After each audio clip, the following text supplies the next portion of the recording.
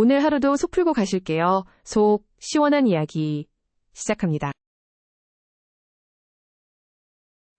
우울증 약을 먹는다는 사실을 남편에게 말하지 못하고 3년째 혼자 앓고 있는 제 이야기를 들어보실래요?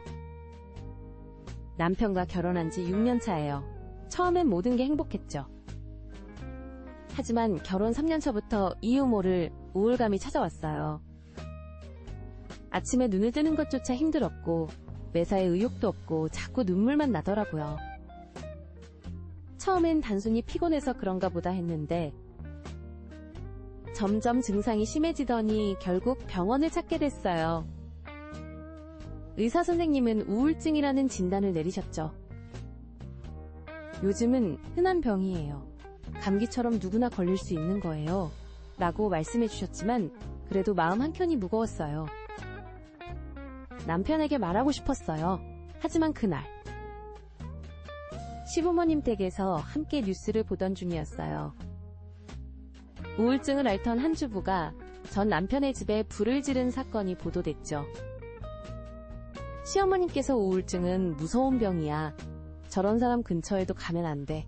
라고 하시는데 그 말씀이 제 가슴을 찔렀어요. 남편도 고개를 끄덕이며 그러게 말이에요. 우울증 환자들은 예측을 할 수가 없잖아요. 라고 말하더라고요. 그 순간 제 마음속에서 뭔가가 무너져 내렸어요. 그 후로 더욱 말하기가 어려워졌어요. 아침마다 남편이 출근하고 나면 몰래 약을 먹고 약병은 깊숙이 숨겨두고 매일매일이 불안하고 초조해요. 혹시라도 남편이 알게 될까봐, 시부모님께 들통날까봐. 얼마 전에는 제가 우울증 약을 먹는다는 걸 알게 되면 남편이 절 떠날까봐. 무서워서 악몽까지 꿨어요.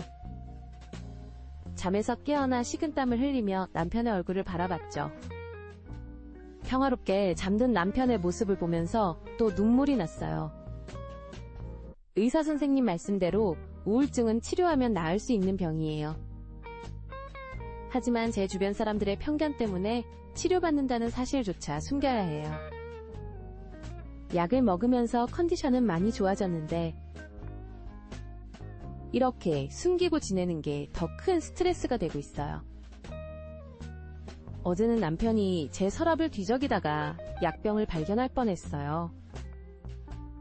가까스로 먼저 발견해서 다른 곳으로 옮겼는데 심장이 터질 것 같았죠. 이제는 정말 한계예요. 이렇게 숨기면서 살아야 하나요? 아니면 모든 걸 고백하고 남편의 반응을 받아들여야 할까요? 그러던 어느 날, 제 불안이 현실이 되고 말았어요. 남편이 갑자기 일찍 퇴근을 했는데 마침 그때 제가 약을 먹고 있었거든요. 현관문 소리가 들리자마자 저도 모르게 약병을 허둥지둥 숨기다가 그만 약을 바닥에 쏟고 말았어요. 하얀 알약들이 마루바닥을 대굴대굴 굴러다니는데 그 순간 남편이 거실로 들어왔죠. 남편의 표정이 순식간에 굳어졌어요. 바닥에 흩어진 약들을 한참 보더니 천천히 입을 열었죠. 이게 무슨 약이에요? 떨리는 목소리로 물어보는 남편의 눈빛이 너무나 차가웠어요. 그 순간 3년 동안 숨겨왔던 모든 이야기가 홍수처럼 쏟아져 나왔어요. 우울증 진단을 받은 일, 시부모님 댁에서 들었던 그 말들, 약을 숨기며 살아온 나날들. 눈물이 멈추지 않았어요. 남편은 한동안 아무 말도 하지 않았어요. 그저 묵묵히 제 이야기를 듣고만 있더라고요. 침묵이 길어질수록 제 심장은 더욱 거세게 뛰었죠. 이제 정말 끝인가 하는 생각에 온몸이 떨려왔어요.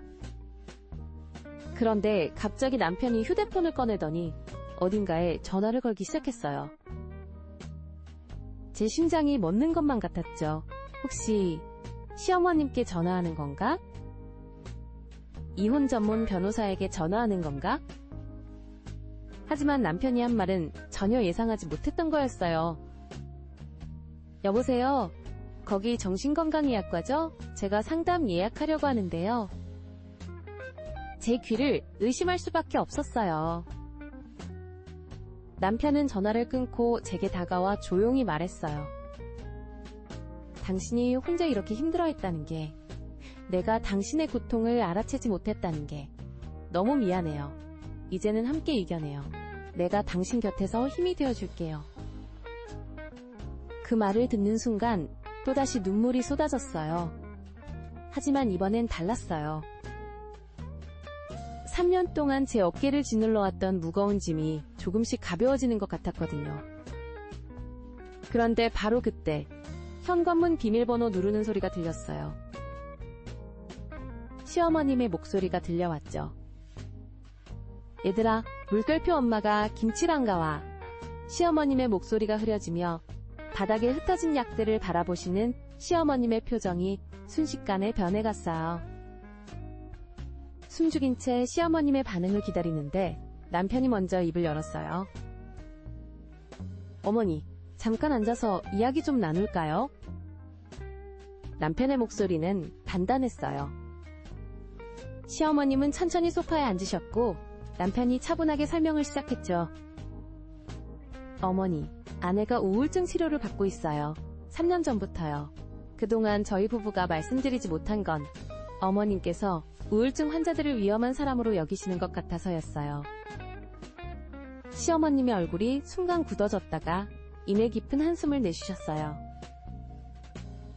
그때 내가 한 말 때문에 너희가 이렇게 힘들었던 거니? 시어머님의 목소리가 떨렸어요. 사실 며느리야, 엄마도 젊었을 때 우울증을 앓았단다.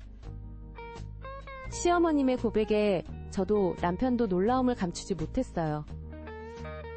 그때는 지금보다 더 심한 편견이 있어서 나도 몰래 치료받았었지. 그래서 더더욱 미안하구나. 내가 겪어봐 놓고 똑같은 편견을 며느리한테 보였다니. 시어머님께서 제 손을 꼭 잡아주셨어요. 이제부터라도 엄마가 든든한 지원군이 되어줄게. 우리 며느리 참 잘 견뎌냈다. 따뜻한 위로의 말씀에 그동안 쌓아두었던 응어리가 녹아내리는 것 같았어요. 그날 이후로 많은 것이 달라졌어요. 약을 숨기지 않아도 되고 힘들 때면 솔직히 말할 수 있게 됐죠. 남편은 제가 상담받는 날이면 늘 동행해주고 시어머님은 일주일에 한 번씩 건강식을 챙겨주세요. 얼마 전에는 시어머님께서 동네 주민센터에서 하는 마음건강 강좌 소식을 전해주셨어요. 우리 같이 들으러 갈까? 엄마도 많이 배우고 싶어.